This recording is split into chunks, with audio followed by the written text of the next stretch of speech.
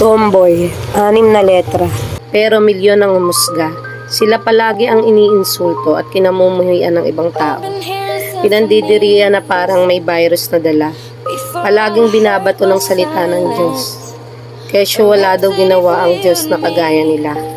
Ang tanong lang naman, bakit nandito sila kung hindi sila nilikha? Kaya maraming takot magpakatotoo kung ano at sino sila dahil sa mga mata ng ibang mapanghusga na di matanggap ang pagkatao nila.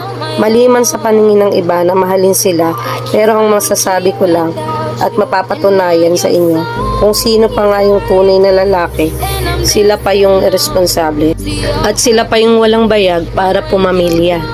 For me, in my case, ang masasabi ko lang, enjoy nyo lang palagi ang buhay nyo nakasama sila dahil di mapapalitan ng saya ng matang mapanghusga kapag kasama mo yung taong binuo ka noong panahong sirang-sira ka.